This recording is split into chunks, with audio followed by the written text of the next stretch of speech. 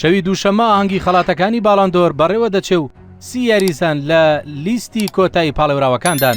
ئاهەنگەکە لە پاریسی پایتەختی فەڕەنسا بەڕێوە دەچێ و لە کاتژمێر 9 شەو دەست پێ دەکات.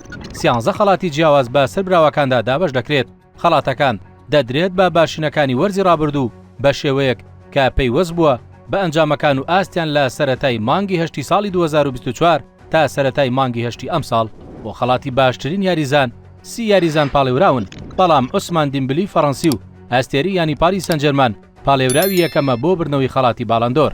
دیمبلی لە وەرزی ڕابردوو بەشداری 53 یاری پاریس سەن ژەرمانی کردووە. لە سەرجەم پاڵەوەنتیەکان 35 گۆڵی تۆمار کردووە و 16 ئەسیستی هەبووە.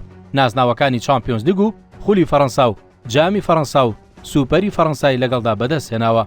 لامین یاماڵی ئەستێری ینی بەرشلۆنەش پاڵێوراوی دووەمە بۆ بردنەوەی خەڵاتی باڵندۆر بەهۆیەوەی لە وەرزی ڕابردوودا بە ئاستێکی نایابەوە لەگەڵ ینی بەرشلۆنە بنرا. یاماڵ لە وەرزی ڕابردوو نازناوەکانی خولی ئیسپانیا و جامی شاو جامی سوپەری ئیسپانیای لەگەڵ بەرشلۆنە بەدەستهێنا. جگە لەوەش باشترین یاریزانی خولی ئیسپانیا بووە.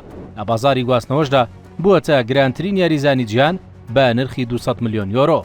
چەندین یاریزانی تریش لە لیستی پاڵێوراوە بەهێزەکاندان کاوانیش ڕافینیای بەرشلۆنە و ڤیتینیا و ئەشرەف حەکیمی یاریزانانی پاریس سەن ژەرمانن لەگەڵ دۆناڕۆمای گۆڵپارێزی پێشووی ئەو یانەیە. لە مێژوودا لێونەل میسی ئەستێری ئەرجەنتینی زۆرترین خەڵاتی باڵندۆری بەدەستهێناوە کاش خەڵاتە. کریستیانۆ ڕۆناڵدۆش لە پلەی دووەمدایە و 5 خەڵاتی بردۆتەوە.